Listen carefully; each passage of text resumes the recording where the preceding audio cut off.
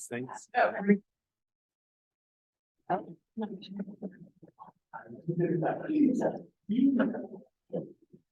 I can serve it.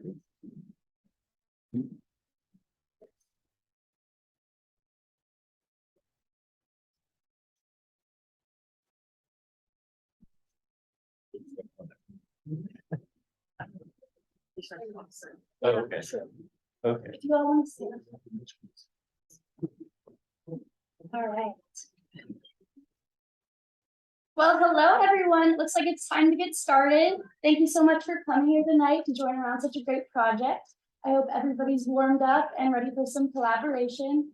I'm Isabella O'Brien of the Thomas Jefferson Planning District Commission, and I'll be facilitating this meeting and making sure that we stay on track to accomplish all of the meeting's goals. To overview the meeting's goals, first, the project team is going to introduce themselves and update you on what they've learned so far from the site technical analysis and from the community input process that occurred earlier this spring. Then the team will share different elements and designs for the riverbank so that you can begin to imagine what the different options for the park can look like.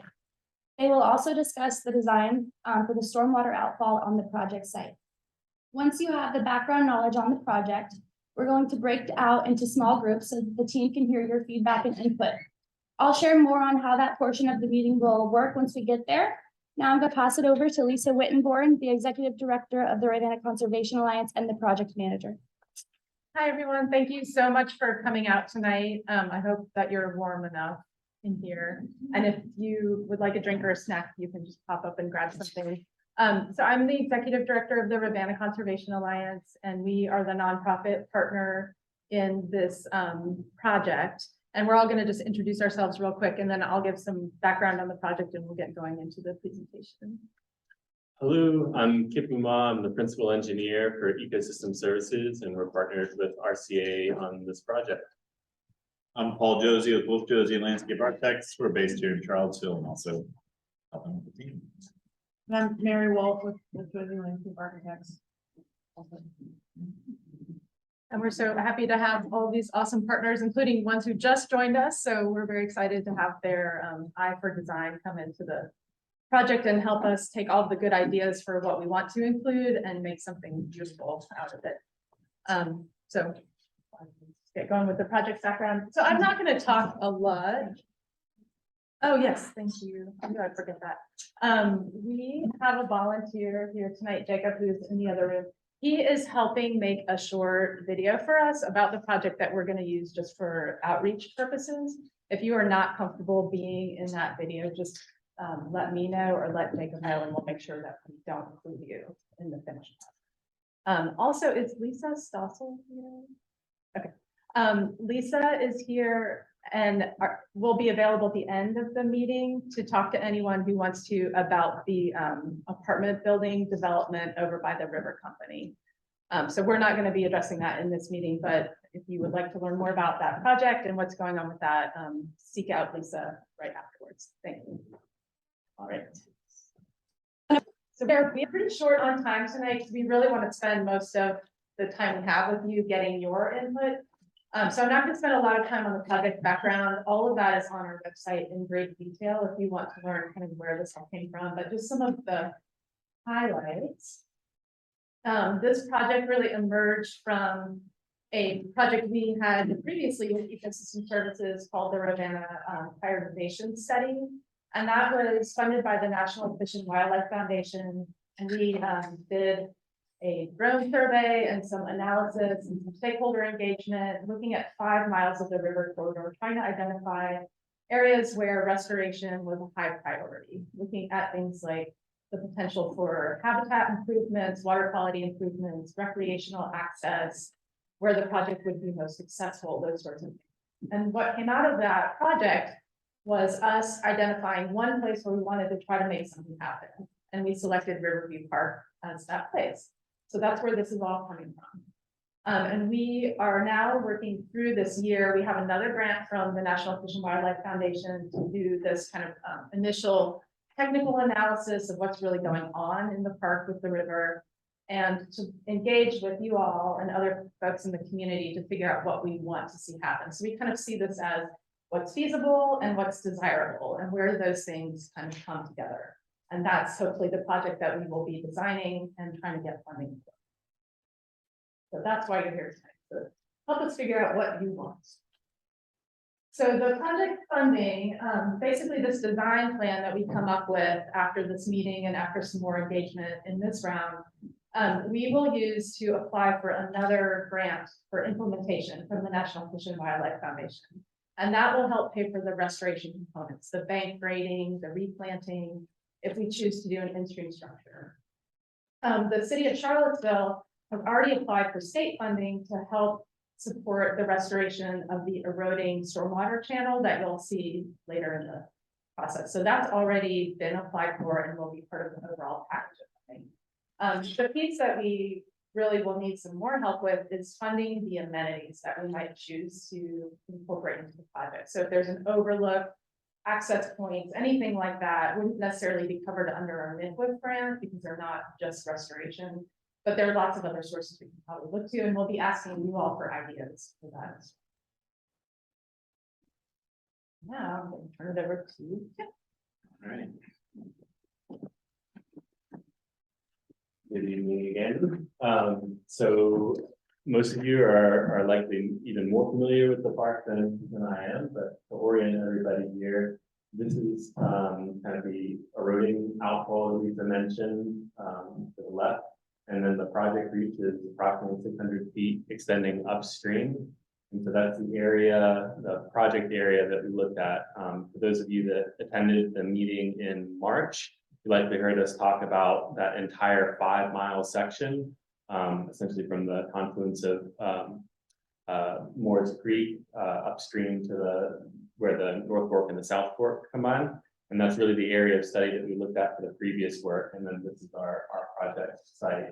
And this is not the only tree loss, as I'm sure you are aware of, but just an example as we start looking at some of the pictures here. And so those that are frequent in the park likely know that there's a good bit of riverbank erosion.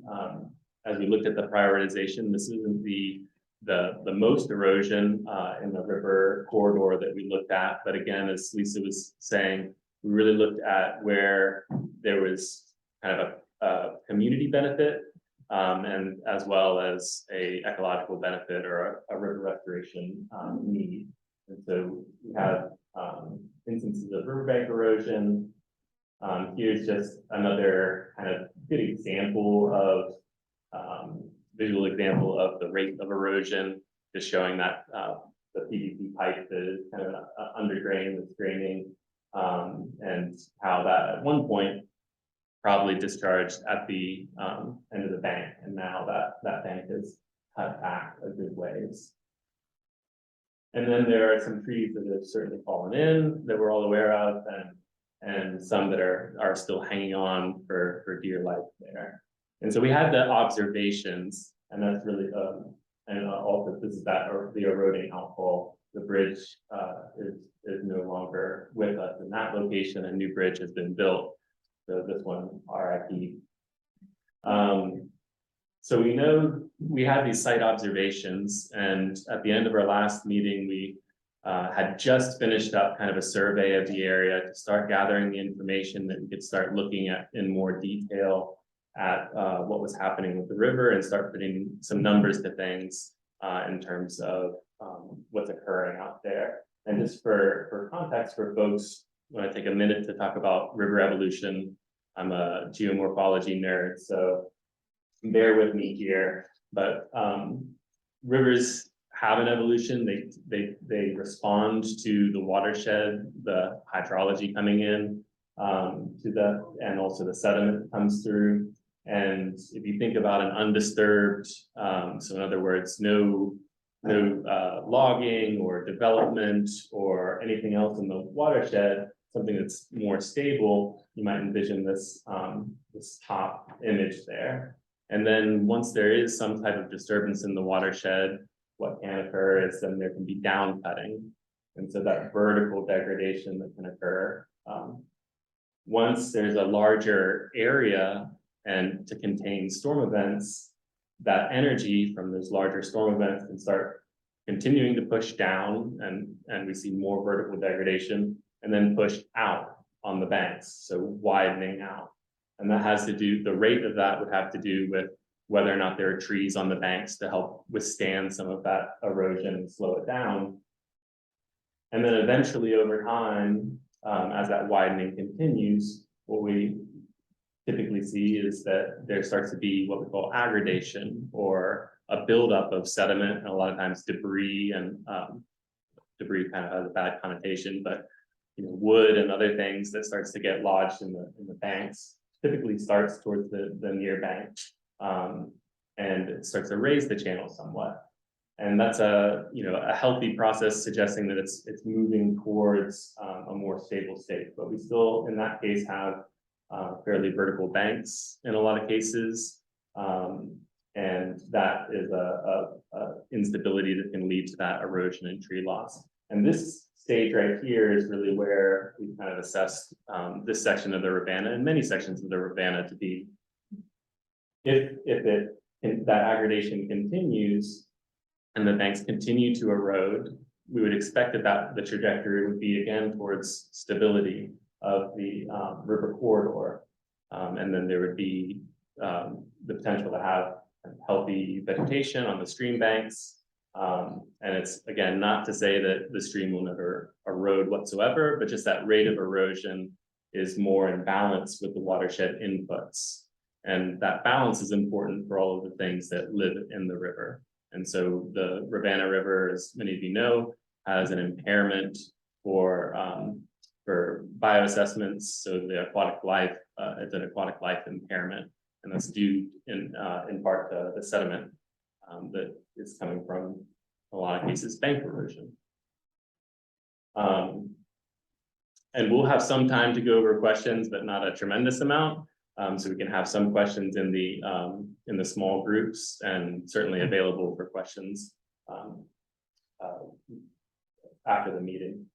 So once we kind of understand where in that process is, we want to look at the actual corridor and what how the river is responding to the energy in the system. And so we conducted a two-dimensional hydraulic analysis, so we could start to see kind of, are we observing the correct things? Are we making the correct conclusions based off of our observations? And largely what we saw was that there is still some erosion at the toe of bank, which would lead to the banks retreating and becoming more vertical. But for the most part, that seems to have slowed down. And instead what we see is, in the larger storm events, that pressure is still occurring on the banks. It's also, we're seeing the tree loss and erosion due to freeze thaw. And just because that bank is so steep, the weight of the trees, the height of the bank causes what we would call like geotechnical failure. And so that bank collapses. Again, it's all part of the process. Once that bank has adjusted, then we would see greater stability. And this is just a cross section. Again, forgive me being the nerd here, but just showing some of the velocities on the stream bank. And I think what's interesting, and one of the things we want to look at is are the velocities more extreme on the Riverview Park side, which is to the right, or is it on the left side here? And what we saw was the velocities are higher on that right bank. And so though we see the erosion on the left bank as well, it seems to have started to, the velocities have started to lower, and so there's less of the energy that's causing erosion on that side of the bank. And here, we kind of went over this in the last meeting, but this is a refresher. The two areas that we're looking at, that the riverbank and also the outfall, and this is just those surveyed erosion rates. So we're looking at predictive modeling, and we're also doing the survey to actually see what that rate is. And so this corresponds to about 0.6 feet per year or so of erosion. And so that's the riverbank, and then on the right side, of course, the outfall, that's much more than 0.6. That was about 9 to 10 feet in 5 years, and it expanded or moved upstream close to 10 feet.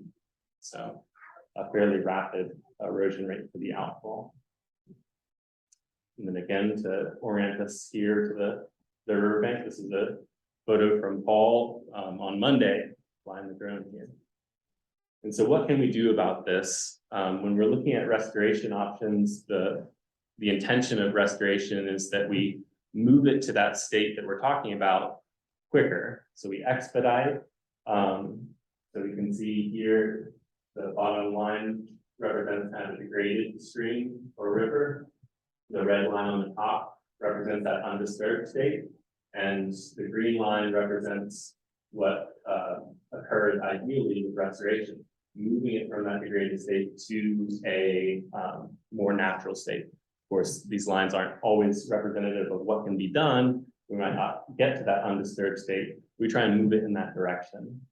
And so we're trying to increase the ecological health, and we're also trying to expedite that ecosystem recovery. And then it comes down to, well, how do we do that? And that's a big part of why we're here today and what we want to talk about. See if there are any questions. Yeah, that was fast. When I'm colder, I speak faster. Question about whether some of the segregation has to do with the removal of the dam. Very, very good question. It does. I mean, anything that you do to either to modify a stream, so even the history of locks and other things that have been done, or the removal of vegetation for agriculture, which happened throughout the corridor, any of those things are going to affect the erosion rates. And so absolutely, when you change the, say, call it the profile, essentially the slope of the stream, it can lead to more energy on those banks. And similarly, a drop in that elevation is going to allow more storm events to be contained within the channel. So that removal of the dam did open up, I think it was about 38 miles of more habitat. So fish can now go through there. And so there are ecological reasons to do that type of work, but there are always consequences as well. Just a question about who defines outfall. Sure, an outfall would be kind of a term used to describe when concentrated runoff, so water that's concentrated because it's coming out of a pipe, and then it flows downstream, and it's going to flow into the Rivanna in this location. So an outfall is the term used to describe an outfall of a pipe, and essentially the path that the water takes to get to the Rivanna. And so there's a pipe that kind of discharges, and it goes through kind of a very shallow swale, and then it drops off. And essentially that elevation difference is why we see the erosion occur as water comes over the top of that, drops down to the Rivanna. It starts to erode away that soil, and then it will continue to do that. And so it's moved, as I said, about 10 feet, in the last 5 years. Potentially more, based off of the surveys that we did.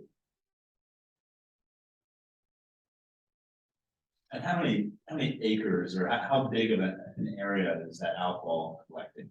It's about 23 acres that drain to that. So it's some of the neighborhoods that kind of maybe say north of Chesapeake there, and some that are a little bit south, all kind of drain down there and then discharge through that pipe. And that's, as far as we know, untreated stormwater from those areas.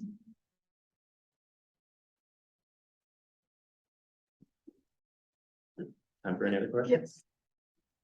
Any other questions? So I'm gonna just briefly go over a little bit of what we learned in the spring. So we started this project in the winter. Forgive me for wearing my coat. I'm just we started this project in late winter, early spring, and we held a public meeting, our first public meeting online. We had about 45 people participate in that. And then we also had an online form that people could fill out to share their thoughts on the project. And we had postcards at the kiosk in Riverview Park with a Dropbox. And we're going to do those same things for this round of engagement. But the initial engagement was very, very early in the project. And I think some people were a little frustrated with that because they wanted something to react to. We didn't have a thing yet. And that was the whole point of doing the early engagement, was to get everyone's input so we could start figuring out what that thing was going to be and make sure really that the community even wanted to do this project. There's really nothing else driving this project except our interest in making improvements in the park. So we really do need the support of the community and the interest of the community to guide this project and push it kind of across that end zone, I guess you would say. So what we learned in the spring really was that people were pretty excited about this project and people really, really love Riverview Park. And you can see that most of the people we encountered in our engagement live pretty locally and are frequent park users.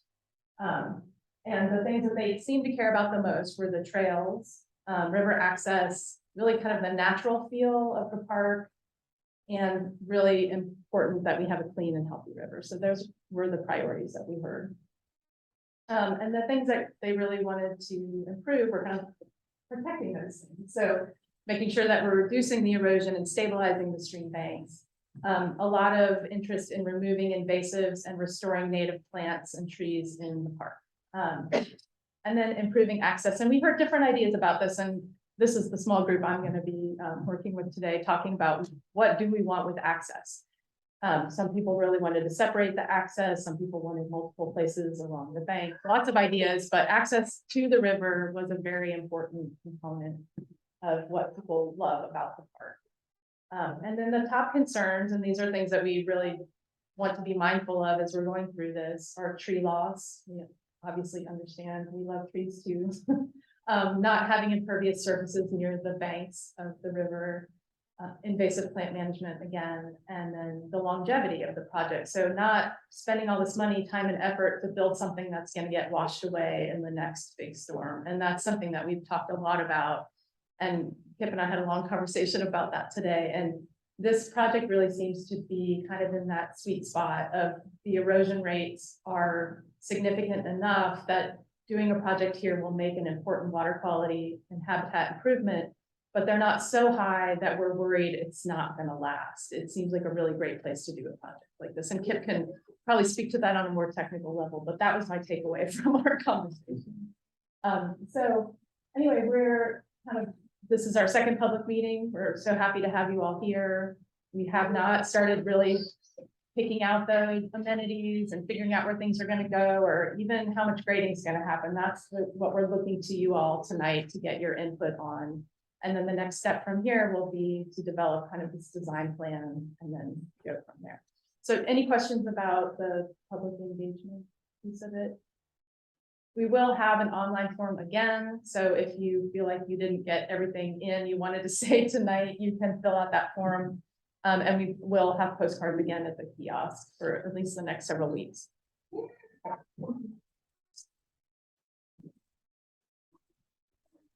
Something to react to now. But sometimes studying it, we kind of have an idea of where the river is and what its trajectory is. And so then it comes to what could be done in this area to address that. And so these are kind of, again, some conceptual ideas of what could be done. And a lot of what we're going to talk about, and on some of the next slides, is really this spectrum of, doing very little and to, being more aggressive. And that spectrum is also kind of, more natural to more built. And there are there's some limitations just in terms of what the project is intended to do, associated with kind of how built. Sometimes the built doesn't look all that built. But what we have here is, this is the out on the top left of the screen there. That's the outfall, essentially, the pipe. And then the green blob there was a conceptual idea to help treat some of that stormwater. So you may be familiar with stormwater practices Some examples over in Woolen Mills area, some along Moores Creek, there are some bioretention areas there. So usually herbaceous plantings, there's a soil media component that treats some of that stormwater. So that's one method of stormwater treatment that could occur in that area. And then further down, you see the yellow line there that represents this outfall restoration. And so it's a way to transition the water would be draining through that area down to the confluence with the river. And we'll have some pictures of what that might look like if we can move in that direction. The kind of magenta line here that also extends around that area is kind of the sense of what could be grading and would be about a 3-to-1 slope. And so for those that might not be familiar with what a 3-to-1 slope kind of feels like, it's been frequently described to me as a slope that is not too steep to mow with a kind of a push mower. You should not mow any of these areas whatsoever, but you wouldn't fall down if you did on a 3-to-1 slope. So it's a fairly gradual slope. It's pretty easy to walk. The other line here that represents kind of less grading represents a 3-to-1 slope. And this is about the equilibrium of what we've studied so far that would still yield a more stable stream bank. And so anything less than that would still have some greater instability associated with it. It might be difficult to actually vegetate that slope and have it be stable long term. There's also here an idea, and this has benefits to the river, and it also has benefits to access and kind of opportunities for play closer to the river, since we lack a lot of places to actually go down to the river. They all love to do. And so these also represent kind of a 20-foot bench. And the bench is just kind of a flatter area that would be adjacent to the river. And we have some constraints here, the main one being the sewer line here, which kind of limits the amount of benching that could occur and the extent of it. Where's Yes. the new stairs on that? Yes, it's an old image here. The new stairs that we I'm sorry. I think you had it right. Right there. Yeah.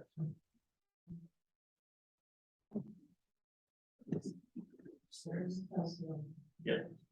Yes. You mentioned that the city is funding for some related part of the project. Is that represented here? The outfall was what they were most interested in. It's the most rapid erosion, and it also represents a safety concern. Not that the riverbank doesn't necessarily represent a safety concern, but that one's possibly more egregious. Yes. So would the city be putting in the bioretention? That was not part of kind of what they had looked at so far. Yes. So what is happening with the paths, if anything? The paths would have to be relocated. And So similar to, I think, what has happened in other areas where the riverbank has started to erode, there would have to be realignment of the paths.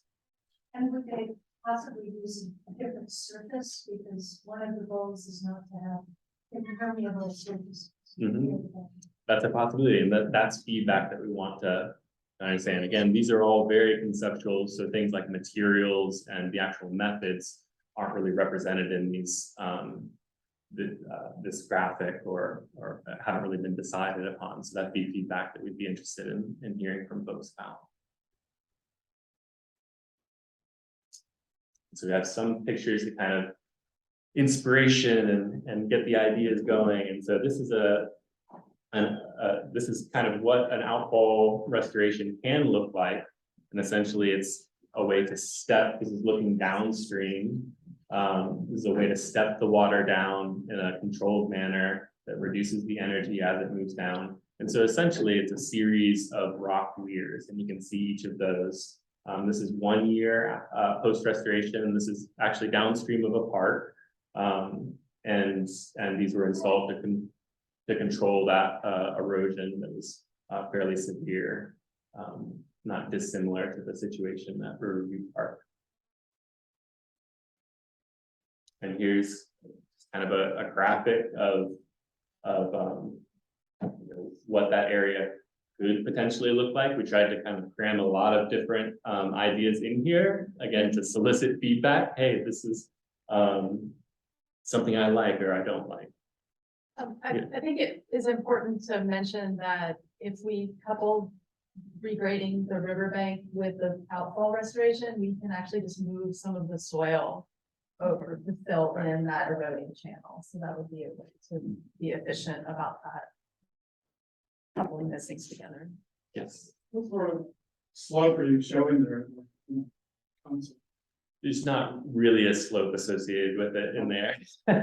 I would say that, this would probably, be more of a, maybe a 2-to-1 slope, not quite, not very aggressive. What's that? 3-to-1. A 2-to-1 slope, yeah. With the bench first. though, With the right? bench first, exactly. So this shows kind of a bench. It also shows an in-stream structure, which will kind of show some other pictures of photographs of what that actually looks like for a completed project. But again, we're just looking, and we have these with each of the small group sessions for folks to be able to take a look at again. Yes. Would you be moving some of the boulders that are in the water to the edge? Potentially, what we're seeing with the analysis that we've already done is that might not be completely necessary to have kind of what this would be called. We have names for all of this, a boulder toe. So we probably don't need that because the energy, once we lower the slope, and even if we have this benching in, we might not need that. So it's still, we would still look for input if that's a component that folks like, if there's some benefit to that from a way to interact, and that could be incorporated. But from a strictly engineering standpoint, it's not looking like it's necessary. David? That, I think that 20-foot bench, I think is a beautiful idea. I think it'll be immensely popular as a place to gather and see the river. I have a hard time imagining that it actually could hold vegetation, like unless you really directed and funneled the humans and somehow prevent it. I just think it'll be very popular place to go and be lovely. But if there a way to do a bench that's done in like sand or rock or something, something that don't rely on anticipation being on the rod.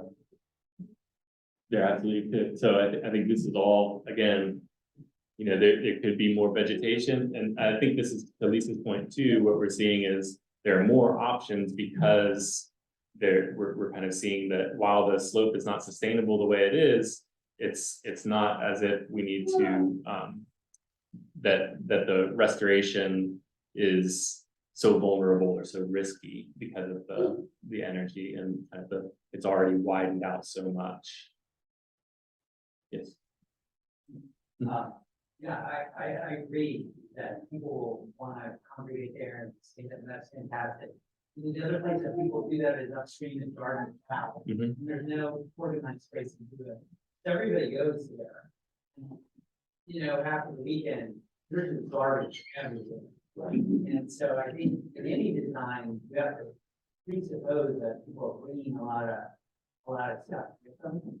And maybe because it's exposed and people aren't in front of it, if they cut in and park the gardens out, and you wouldn't believe all the stuff that they leave there. So I think in any design, you want to make sure that somehow it factors in making people not do that, or making sure they take it away, so you don't create a problem. Mm-hmm. Unintended consequences, I think, is a good, kind of heading and start logging a lot of this.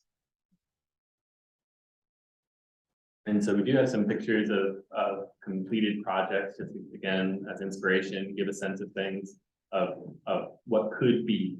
And so on the left-hand side here, this is a method of stabilization that, as you can see, uses rather like large wood. So again, thinking about that river evolution process, what happens is those trees do fall into the river. They are considered kind of key pieces or snags, and they accumulate other debris and sediment. And this is essentially moving things in that direction.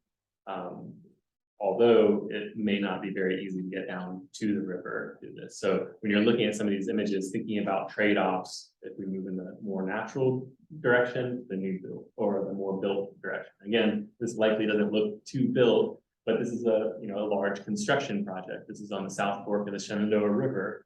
And there is a severely eroding bank there that has been revegetated, and then these rock weirs to help push the water away from that, further lowering the velocity against the bank. And this is, I think, about 2 years. And this is in Elkton, if folks are interested in going and checking it out. And there, in this situation too, there were not any large trees. So you don't see those trees there aren't on the bank. There were trees that were planted post restoration, but there weren't trees to begin with. Some pictures of access too, the more natural sort of access where folks are just walking down to the river versus things that more constructed access.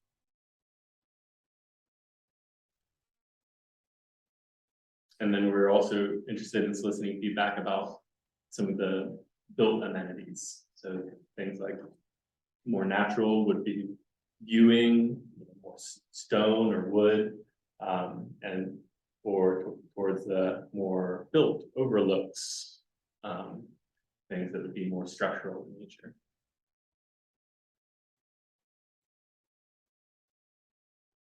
And we're just interested also in just getting a sense of the aesthetic preferences. We've shown some of these different options and this idea of more natural materials. Maybe not quite as inviting for folks to come down to, because they'd have to contend with kind of the natural elements of a riverbank towards possibly a more built. Again, this is still very natural and emulates natural systems. It's certainly more of a landscaped environment. And so we're not going to the built side of things. There's no version of this that we're looking at, riprap or concrete on the wall, which wouldn't really accomplish the goals that we're interested in and that the funders to date have been interested in, or the community feedback that we received so far. And then we also have a station just to consider other considerations. Just a lot of what we talked about, unintended consequences could be a good heading for that conversation. But anything else that comes to mind from folks?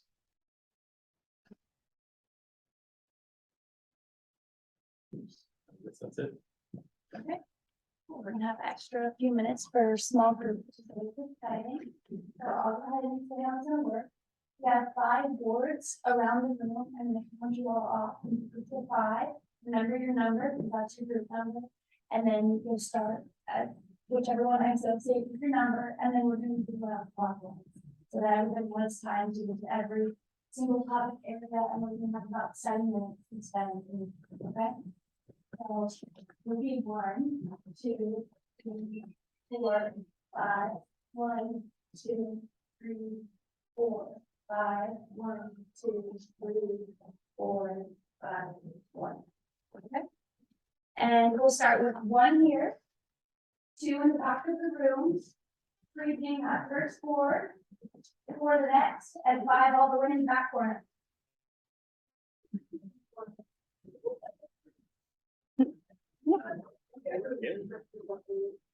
Nice presentation.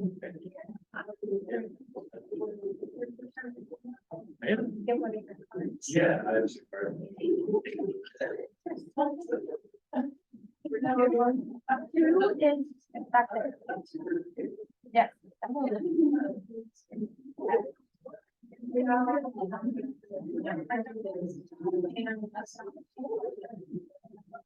Should